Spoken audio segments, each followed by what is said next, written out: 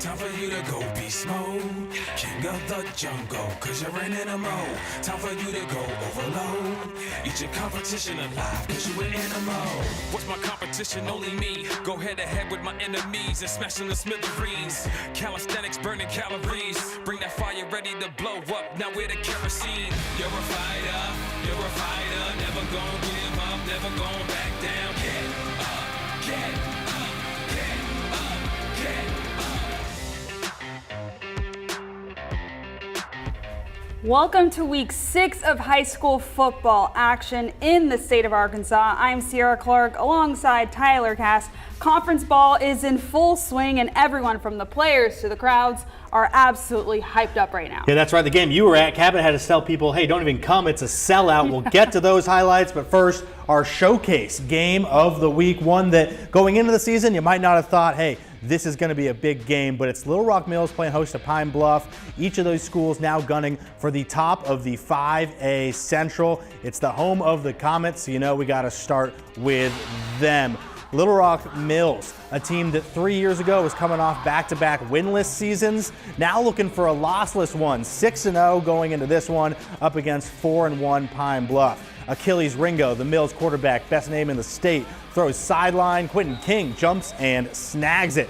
Now we got a little direct snap action. Daniel Brown Jr. takes the handoff, eaten up for a loss.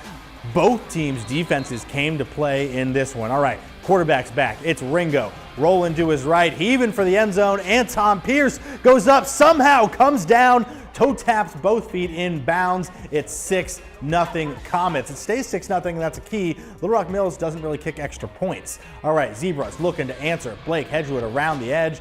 Gets big yards up the middle. Now, why not a little misdirection play? Zebras going left, going right, going all the way into the red zone. Pine Bluff. William Howell fakes the handoff, charges up the middle himself. That ties this game at 6-6. But Mills coming back. It's Ringo. Laterals to King. Makes one man miss, but he's eventually dragged down from behind. All right, give it back to Achilles. Why not? Battle of Troy all over again. Hits Charleston Collins, the big man, making a great snag, getting up the field for a first down. Pine Bluff defense comes to play though. Ringo looking, finally nowhere to go. Zebras sack the ball. He actually loses the football. Pine Bluff comes up with it. It's a turnover, but Mills defense is nothing to poke with a stick. They get the sack there, and again, this one is just all defense throughout.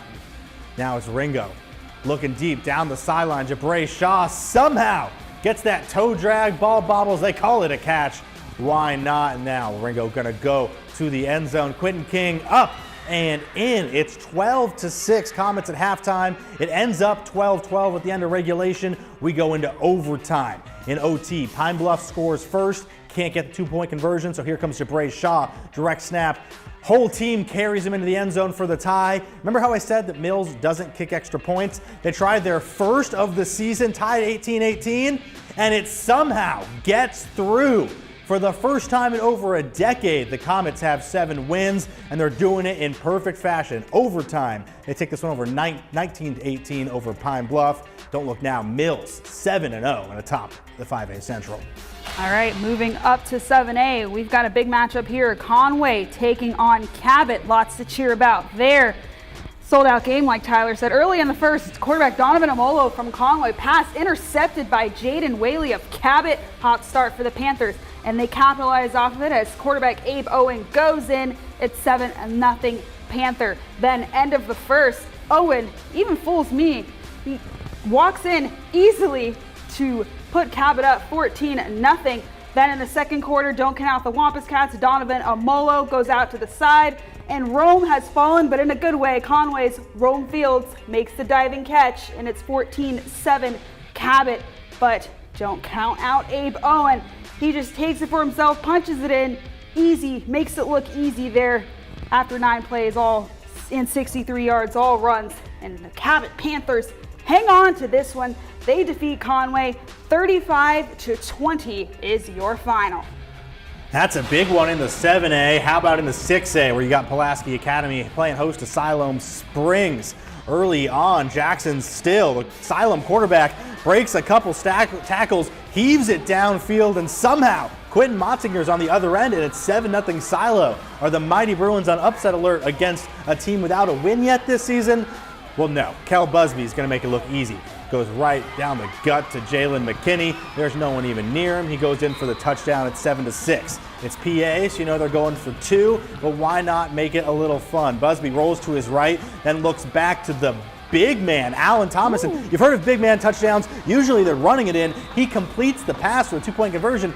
That's an offensive lineman right there. All right, after the onside kick, PA, why not? That play looks almost identical. This time it goes to Will Hawkins, though.